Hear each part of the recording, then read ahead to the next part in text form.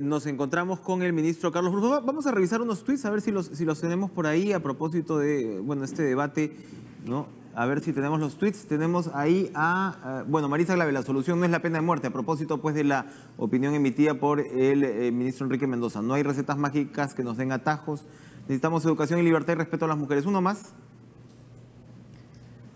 Alberto de Belaúnde, ¿qué dice? Ya hemos tenido varias veces este debate, ¿no? Que recoge ahí que la pena de muerte no es disuasiva, que implica tener un poder judicial en el que puedes confiar y no es viable por tratados internacionales. Al ministro Carlos Cruz no lo hemos invitado para conversar de eso, pero ¿cómo está, Carlos? Gracias por estar con nosotros. No, gracias por la invitación. Pero rápidamente quería pedirle su opinión. Usted ya ha pasado efectivamente varios de los debates a los cuales alude su colega de Belaúnde. ¿Hay una opinión definida en el Ejecutivo a propósito del tema de la pena de muerte? Bueno, nuestra Constitución no lo permite, solamente permite pena de muerte por traición a la patria y terrorismo. Y de acuerdo a la Convención y el Pacto de San José, no podemos ampliarlo a otros delitos. Los países más civilizados del mundo no tienen pena de muerte. Es más, si queremos ingresar al grupo de la OCDE, no podemos dar ese paso. Y además, yo le digo a los amigos televidentes, tenemos un poder judicial tan bueno que le daríamos todos el poder de que quite vidas a las personas. La posibilidad de que cometan errores no es alta y si cometieron un error, ¿ya cómo lo subsanas? Ya lo mataste. Entonces, yo creo que la salida va por educación, por tener respeto a valores humanos básicos y por una campaña para rechazar todo lo que es machismo, racismo, homofobia. Por ahí va la construcción de una sociedad que respete a todos. De hecho, el tema del compromiso pues, de la OCDE que usted señala va a ser pues, ahí fundamental, ¿no? En fin, el ministro de Justicia responderá sobre estas declaraciones. Usted sigue hacia Cantagallo, ahora mismo. Así es. ¿Cuál va a ser el acto que se va a celebrar? Entendemos va a estar también el presidente de la República. Así es. Como ustedes saben, el año pasado hubo un gran incendio en Cantagallo, donde esta comunidad de shipibos se habían asentado ahí desde hace décadas. Vinieron a Lima para la Marcha de los Cuatro Suyos, que a mí me tocó organizar. Y bueno, con este incendio quedaron todos sin viviendas, viviendo de una manera realmente indigna. Has pasado un largo trecho entre esto, intervino el municipio del Rímac, el municipio de Lima, y finalmente hemos llegado ya a un acuerdo por el cual el Ministerio de Vivienda, gracias al cambio de zonificación que ha hecho el municipio de Rímac con el municipio de Lima, el Ministerio de Vivienda va a construir las casas bajo el programa Techo Propio para que los chipibos puedan vivir en estas casas y arrancamos hoy día las obras. Hay que hacer movimiento de tierras porque tienen un terreno que es producto de rellenos y donde no se puede construir, entonces tenemos que afianzar más el suelo. Y hoy con el presidente de la República vamos a inaugurar estas obras que nos va a llevar hacia que el próximo año los chipibos puedan tener su propia casa digna y decorosa. Perfecto. Ahora, su ministerio es uno de los 3 despachos a los cuales la propia ministra, la primera ministra Arauz, ¿no? Ha aludido como los puntos centrales, focales de la reconstrucción, con, por supuesto, transportes y con agricultura. La salida de Pablo de la Flor, yo le comentaba fuera de cámaras, yo entendía que hemos tenido a la ministra Mercedes Arauz declarando sobre la materia y hemos conocido la opinión también de Pablo de la Flor de otro lado, de a dónde van estas famosas unidades ejecutoras, ¿no? Pablo de la Flor, al parecer, sostenía que la unidad o la autoridad para la reconstrucción tenía que tener su propia unidad ejecutora, que se estaba cayendo otra vez pues en la misma situación. Si bien nadie decía que era SAR, ¿no? Al final, a la hora de la hora, no tenía pues las atribuciones legales correspondientes. Y lo que sabemos es que la ministra Arauz más bien lo que quiere son las unidades ejecutoras dentro de los ministerios. ¿Qué cambio se puede traer si es que el señor Edgar Quispe asume, como se está señalando, ¿no? Prácticamente confirmado? ¿Qué cambios tendría que haber en la estructura de la autoridad? Usted ya experimentó más o menos cómo iba funcionando esto. Yo creo que los cambios vienen por mejorar la parte normativa que nos lleve a agilizar los plazos. ¿Cómo está ahora? Y me explico, por ejemplo, para convocar a concursos, el Ministerio ya tiene un paquete de más de 80 millones para hacer obras de reconstrucción de las tuberías de agua y desagüe en Piura, Chiclayo, Trujillo y Lima. El proceso toma más o menos 40 días. Y si alguien impugna, toma mucho más que eso. Mientras que el proceso normal dura 60 y tantos días. O sea, Entonces, prácticamente no hay diferencia entre el proceso acelerado y hay el que proceso reducirlo. normal. Por otro lado, si alguien impugna la OCE, puede tomarse hasta 30 días. Bueno, la OCE es un organismo público, hay que pedirle, ¿sabes qué? Cuando se trata de reconstrucción, vas a formar una sala especial y resuelves en 3 días o en 4 días, ¿no? Cosas que vamos acortando los plazos porque la posibilidad de que alguien impugne es bien alta en los procesos de licitación. Entonces, yo tengo la confianza que el señor Quispe, que tiene experiencia en haber dirigido organismos ejecutores como Provías, no se olviden que Provías, que depende del Ministerio de Transporte, el Ministerio de Transporte es el ministerio que más invierte en el Perú y que mejor ejecución presupuestal tiene. Por lo tanto, viene de una institución que sabe cómo ejecutar y ejecutar bien, y por lo tanto creo que va a poder vertir su experiencia para poder agilizar aquí los procesos y que las obras se hagan lo más rápido posible, por supuesto, sin ningún tipo de atisbo de corrupción. Se habla, por ejemplo, de la experiencia de Colombia, ¿no? Donde en un momento esta unidad de reconstrucción tenía, digamos, esta capacidad transversal, este peso propio. Los presidentes o los gobernadores regionales, el señor Valdés de la Libertad está reclamando que se le entregue a los gobiernos regionales la responsabilidad con la supervisión de los ministerios. ¿Por allí podría haber cambios en realidad? ¿En dónde está el foco? Cuéntenos un poco cómo van a funcionar los ministerios en sí, qué cosa es lo que la ministra Arauz dice, porque en realidad la frustración de la gente no dice, bueno, ¿qué pasa? ¿Qué pasa que el Estado al final siempre, y alguien con los pergaminos de la Flor, que tenía pues todas la experiencia profesional del caso, incluso si alguien como él no la hizo, ¿quién la va a hacer? No, mire, lo peor que se puede hacer es que, bueno, ahora volvamos todo a foja cero y repensemos todo de nuevo. Eso sería la peor decisión porque nos hace retroceder a todos.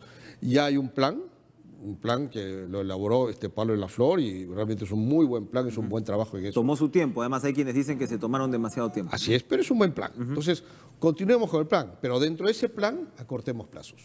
Eso es lo que yo haría. Hay ministerios que se han organizado creando nuevas unidades ejecutoras. Crear una nueva unidad ejecutora no es que contratas 10 personas y ya te pones a gastar. Toma su tiempo.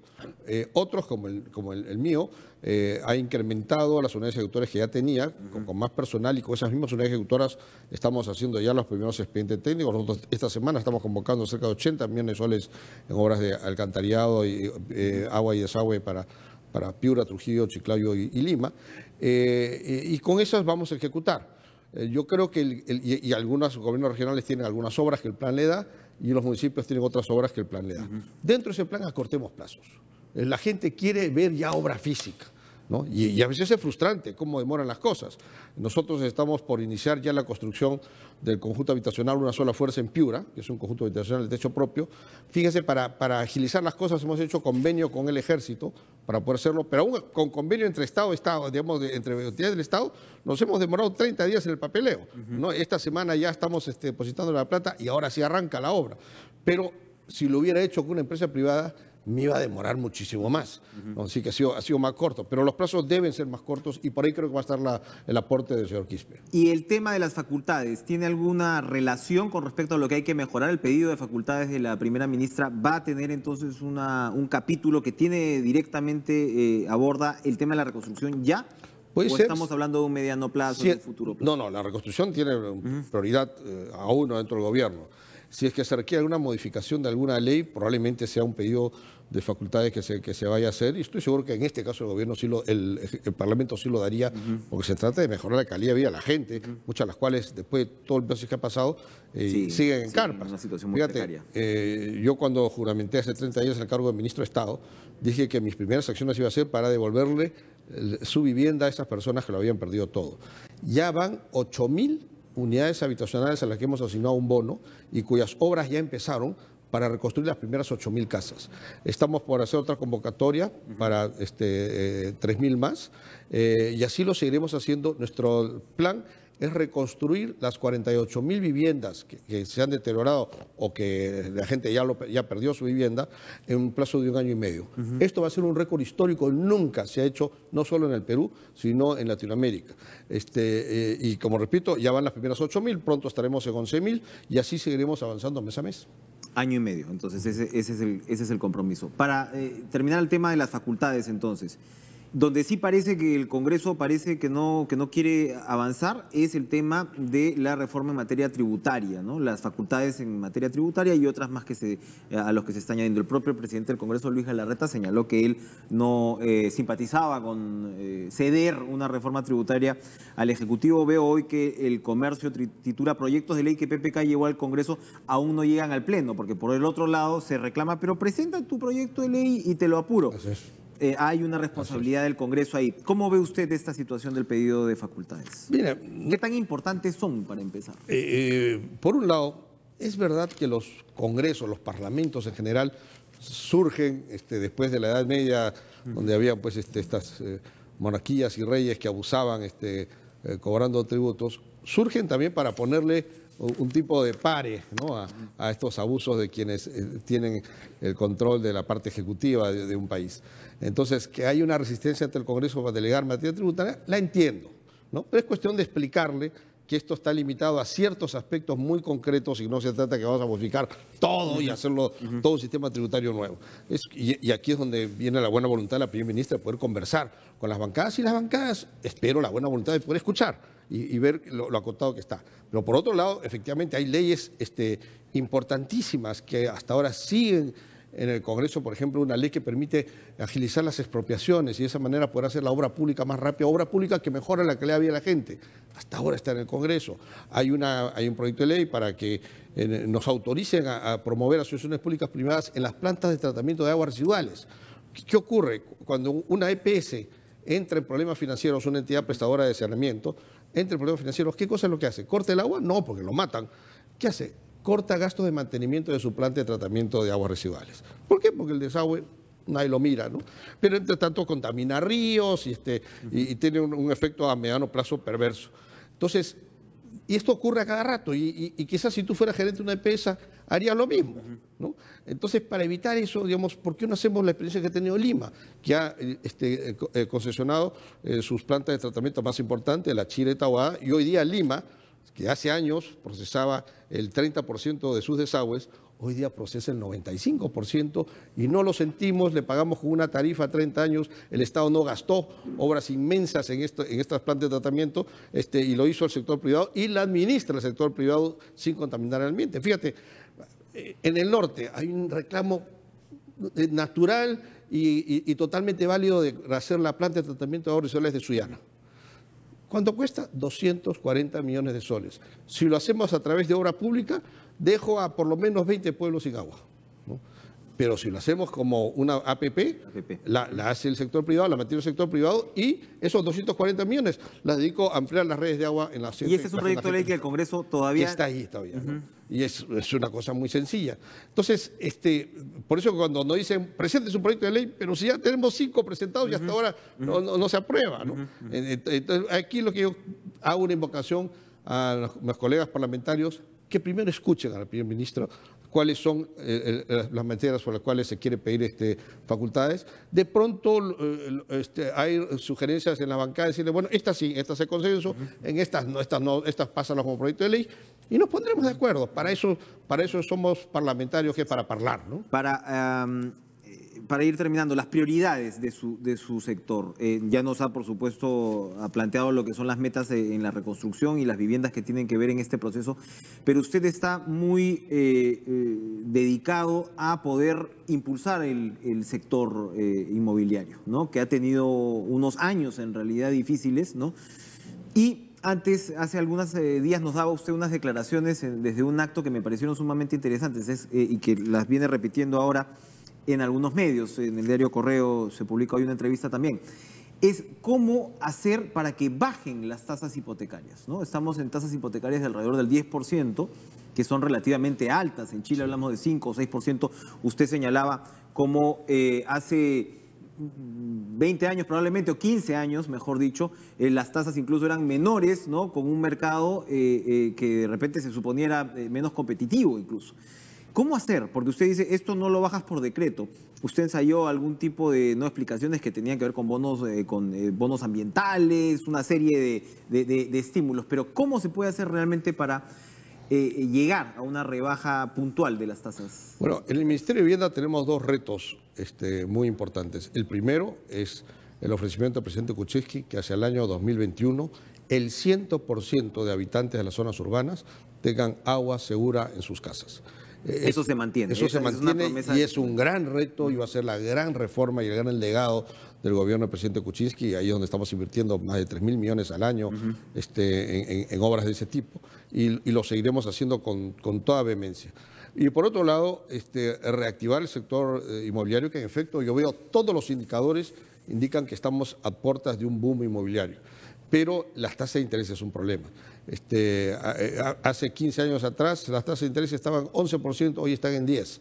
Pero hace 15 años éramos otro país, un país que no éramos grado de inversión, un país que estaba saliendo de una crisis política y económica terrible. Hoy en día es un país estable, un país que ya tiene grado de inversión. Por lo tanto, no puede ser que las tasas de interés sean las mismas. Las tasas están determinadas por la confiabilidad, ¿no? En buena medida. Y si el Perú es un país plenamente confiable, no deberían estar en... Mírate, el año pasado el Fondo de Vivienda hizo un esfuerzo y bajó en un 1% los fondos que le daban los bancos para que le presten a la gente. ¿Y qué pasó? No bajó en nada la tasa de interés que los bancos le prestaban a la gente. Entonces, ya no vamos a cometer el mismo error. Claro. Vamos a buscar bajar más, más que la tasa de interés, el costo efectivo del crédito.